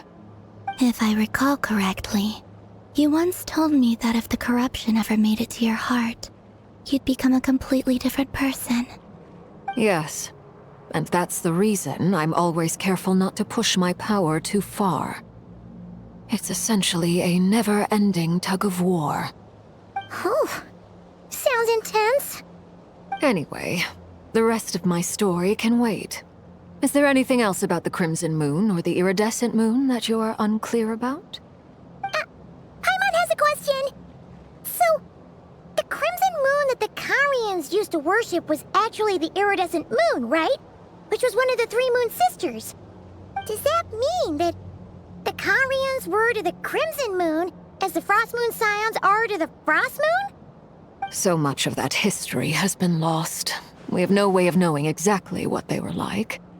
But I would suspect that the Conrians weren't as devout in their moon worship as it might appear. The iridescent moon's remains simply served as their link to the Abyss. Later on, perhaps someone discovered a way to make direct contact with the Abyss. Or maybe there was some kind of ideological divide. Either way, a dissenting faction staged a coup and drove out the royal heirs of the Crimson Moon dynasty. Still, even with the dark sun looming high overhead, the Crimson Moon's glow never truly faded. If you want living proof, it's standing right before you. The first time we met, I sensed something familiar in your presence. When I looked at you, I felt I could see that mysterious red moon in the corner of my eye. In your flames, I saw its broken image, surrounded by a strange black aura. Well, I appreciate that you kept it to yourself. Much about the Crimson Moon is still a mystery, and I'd prefer not to end up as the object of an insane research project. Anyway, time is against us here, so if there's any other questions, they'll have to wait. I just want to make sure I've got one thing straight. In her letter, Sandrone mentioned that since you are unable to contain the iridescent moon's marrow yourself, you intend to leave it in my custody. Correct? That's right. For now, it's the only way I can pay you back for your help. The iridescent moon is already part of who you are, So with its marrow in your possession, you'll be even more powerful than before. Deal. Then let's get started. Get what started? What does this place have to do with the Crimson Moon? When I first became a Harbinger, the Jester gave me a book called Parenheri, also known as Leobranto Inamorato. You should be able to buy a copy next time you're in Fontaine. It's a love story set in the Crimson Moon era, but setting aside the tangled romances of its characters, it also records a few interesting details. In the Crimson Moon era, or so the story goes, there was an orphanage that received children from beyond the bounds of this world, and subjected them to a peculiar induction ceremony. Beyond the bounds of this world? For real? And what kind of induction ceremony? The Crimson Moon sages looked beyond this world for beings with powers that surpassed the gods. But fearing they might lose control, they subjected these children to a process of refinement. They made these children crawl up a fireplace and kept asking them, "Have you died? Did you see it?" Until they finally admitted to having died and seen a crimson moon. The adults embraced the children who passed the ritual, telling them, "Within the fireplace, you have traversed the flames between two worlds. Here and now, you are born anew." The book leaves much unsaid, but I suspect that this was their way of branding the children they had enrolled, leaving an indelible mark upon them so that they would forever live in the Crimson Moon's light. That explains why I can't sense the Crimson Moon's marrow in this world. It makes sense that it would be sealed in a special space that can only be accessed temporarily through some kind of ritual. But there's no fireplace here. Do you see a chimney anywhere? Oh, are we supposed to build it ourselves? Okay, fine. Paimon will go find some bricks.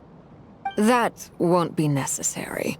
The fireplace is purely symbolic. The key to the ritual is crossing the flames between two worlds. In other words, the flames that burn within me. Those burned away by such flames leave behind a kind of ghostly afterimage in the world. In the days of Conria, people believed they could be used to bridge the gap between the two worlds of life and death. In short, I can open a passage to that space for you. That's the easy part. The catch is I'll need to stay on this side to keep the passage open, so I won't be able to come with you. Once you're inside, you'll have to find your own way. Very well. Then I'll open it up. Traveler, spare me a little more moonlight if you would. I may need it.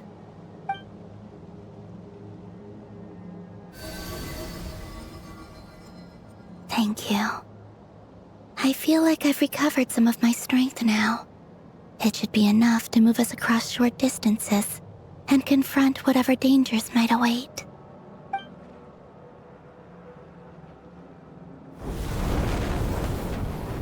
Mistress of the seven hues of ages past, great mother of the present, crimson-clad sovereign of the two realms, by fire severed, by fire renewed, I offer myself now and beseech your descent.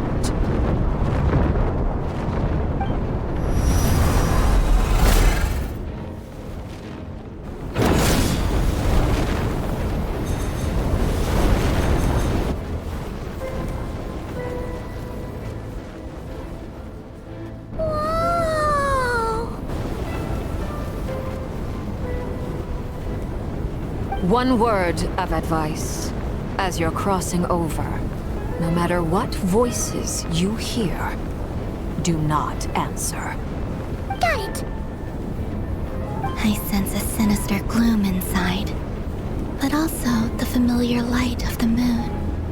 I feel that I am about to meet an old friend who has changed beyond all recognition. All right, let's go.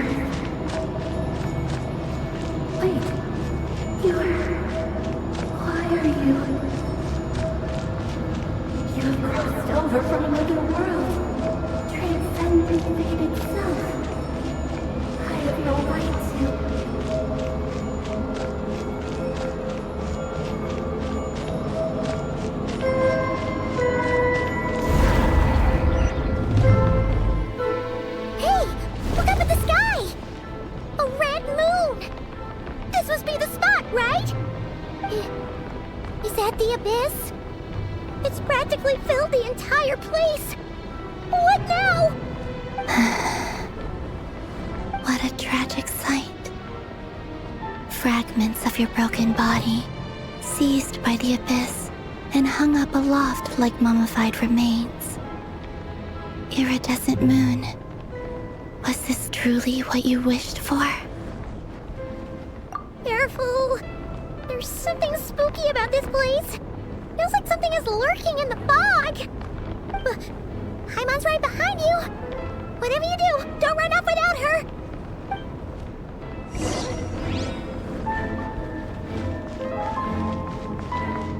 By the way, Columbina, didn't you tell us that the iridescent moon had shattered into pieces? The moon up there looks pretty whole to Paimon. How is that possible?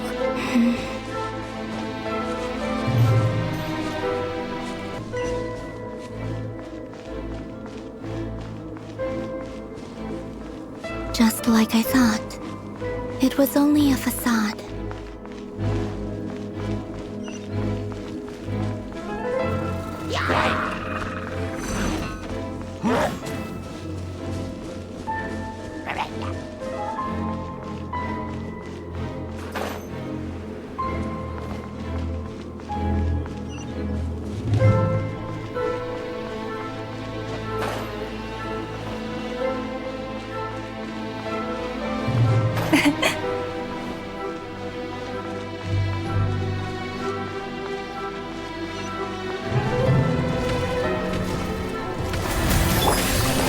Busted. Strike. Seems like an emergency. With one heart, we pray.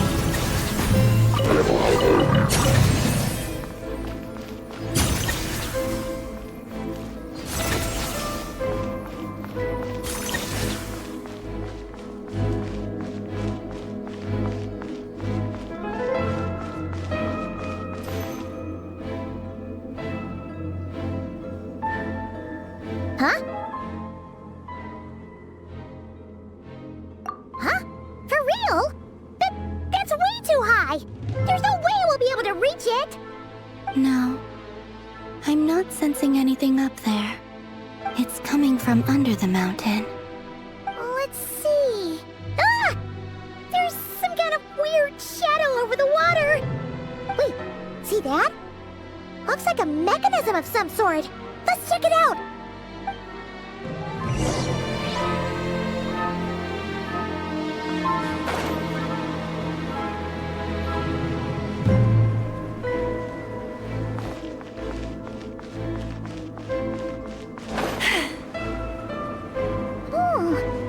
Looks like a device from the time of Kalia. Maybe people once came here to study the Crimson Moon's domain, and they left this behind. Oh, if we can activate it, we might find some clues.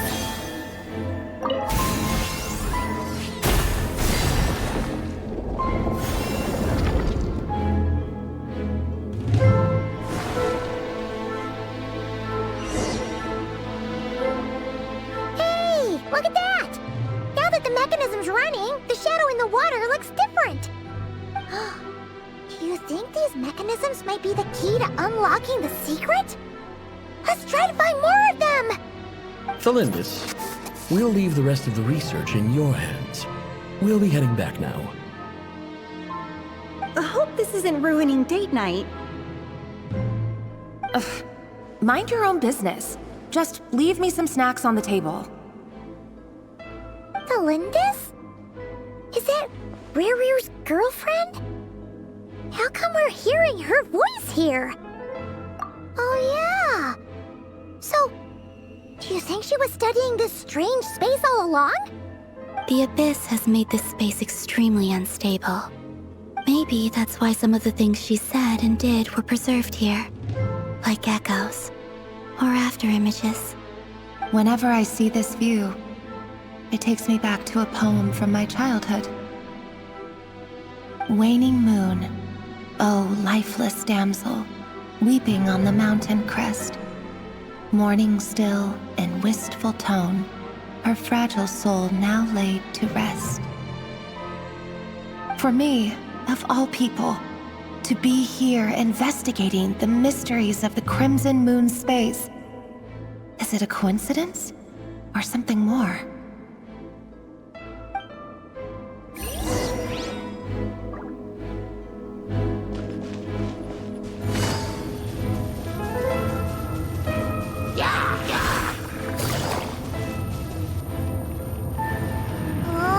Looks like the Abyss has messed up this mechanism.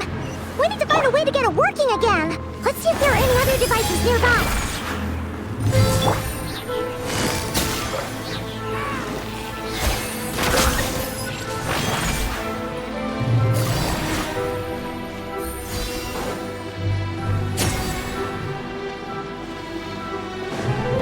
Take it easy. You poor lost lamb. Gotcha. Yoo-hoo!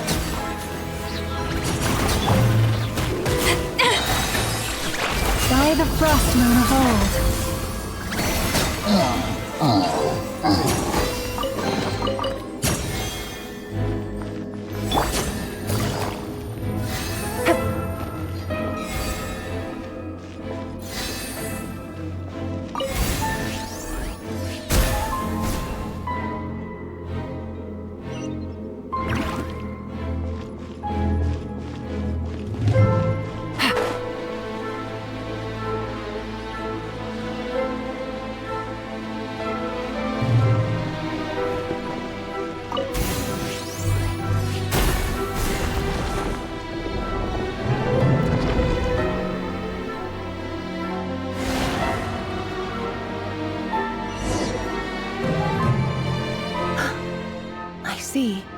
So the moon marrow, or rather the power of the 3 moons, is the key to unlocking...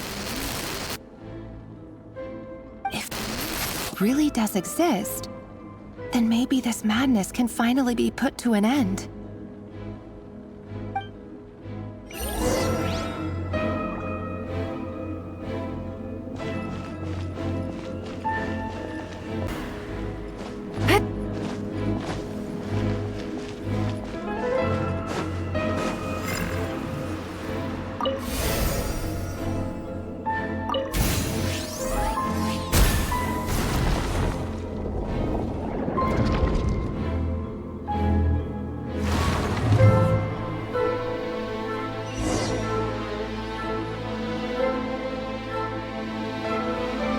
With the Abyss inhibitors in place, I should be able to access the chamber with the moon marrow. Oh, Rerir, with every step you take, you're drifting further from what you truly desire. But you're not the root of the problem. Ever since that outsider set foot in Conria, the Vinster King has sunken deeper into madness. If only I could get my hands on that outsider.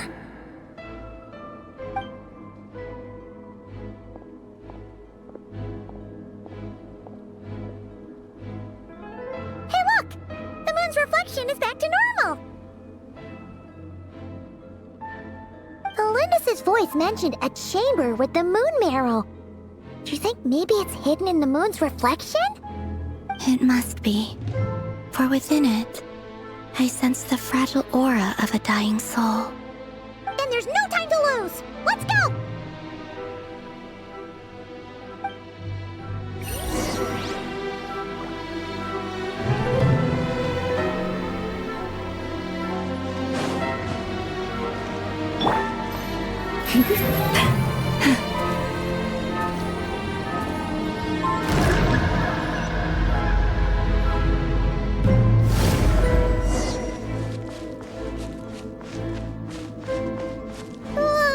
These things are so creepy! Looks like we'll have to destroy them if we want to get to the iridescent moon's marrow.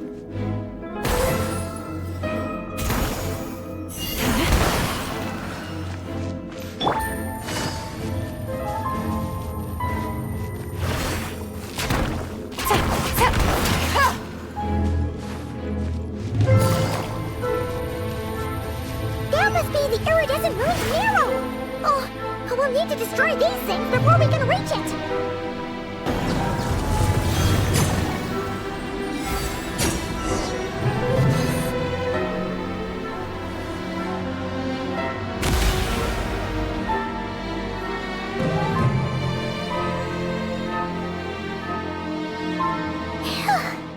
We finally did it!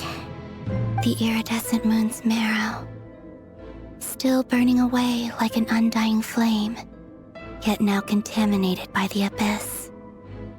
It has taken on a new form entirely. If we can purify the abyssal power within, we should be able to obtain its untainted essence.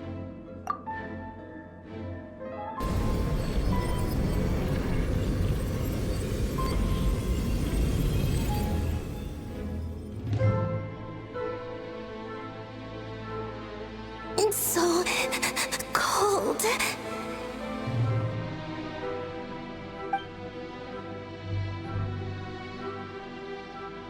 Is it you? Are you here? Huh? Are you talking to us? At long last, I can see you once more. Our fates have crossed, and I am finally free. I'm sorry, I lied to you. Even knowing what was to come, I still couldn't let go of the fear in my heart as death drew near. The moment the moon shattered, my body began to split apart piece by piece. Like I was being cut into pieces by 1,000 blunt blades. My thoughts scattered as the cold crept in. But I could not bear to fade away like that. Tell me, what was it that brought you to us all that time ago? If only I had possessed your courage, then I might have been spared this torment more painful than death. You look so puzzled. That's how I felt too when I first saw you. But trust me when I say that everything happens for a reason. Farewell, Hypo.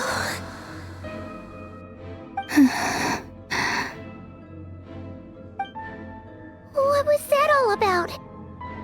Was that the goddess of the iridescent moon? Oh, it sounded like she was speaking to a long-lost friend. But none of us have ever met her before, right? Perhaps. She took me for the goddess of the frost moon she once knew. For a fading soul like hers, our auras must be too similar to tell apart. But anyway, we've got the iridescent moon's marrow now. That should help you regain your strength, right? Alright, time to leave this place and meet back up with Arlecchino. Let's go!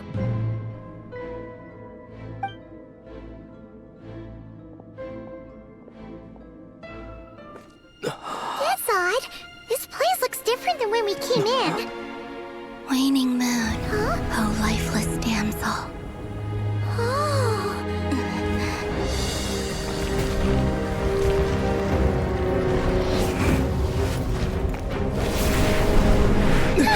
Hurry! The place is collapsing! It wants to trap us here. Who's it? The abyss? Now we've taken the moon marrow. All that's left here is a dark will. It will show us no mercy.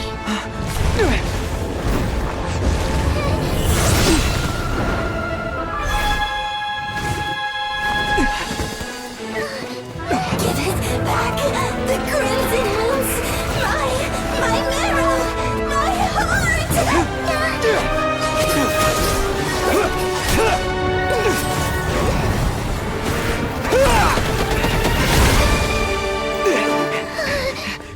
Finally!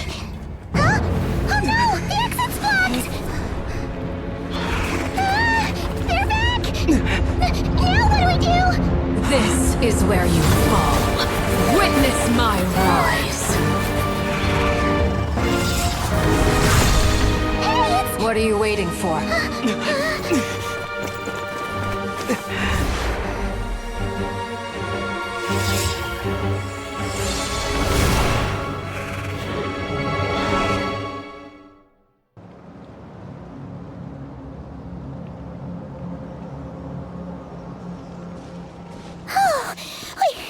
We made it! Is that you, Arlecchino? Did you save us? Wait, your hands! They're... Oh, this? Don't worry. It's a small price to pay. The Abyss wanted to trap you inside, and I defied its will by bringing you out. No wonder it's a little angry. No. I have paid the price, albeit a small one, and it cannot be undone. My hands have already fused with the Abyss. Purification would simply destroy whatever's left of them. But surely... Oh...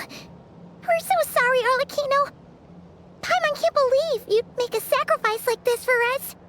As much as I'd like to call it a favor, the truth is I was simply holding up my end of the deal. Well, Columbina. Yes, you did your part. And as promised, I will leave the iridescent moon's marrow in your care. From this day forth, may the two worlds' flames burn ever more brightly.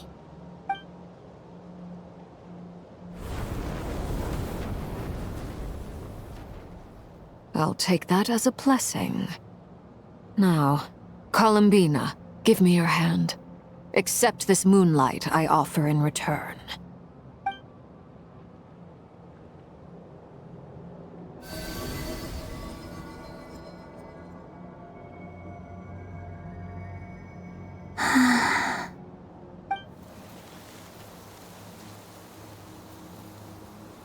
Feeling stronger? Hey, Columbina! Are you okay? I'm fine. Our powers are a little at odds, that's all. By the Frost Moon's authority alone, wielding the power of the other moons was always going to be a stretch. Still, I think it's fair to say that your strength has returned, at least to the level it was at as Third Harbinger. It's still not enough. There's no way I can hope to challenge Rayrir like this. Just one more ray of moonlight, if you would. It's okay. I can take it.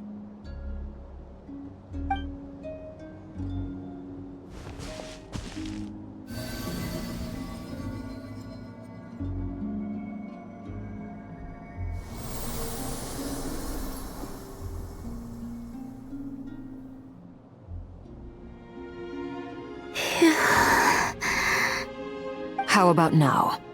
Fighting fit?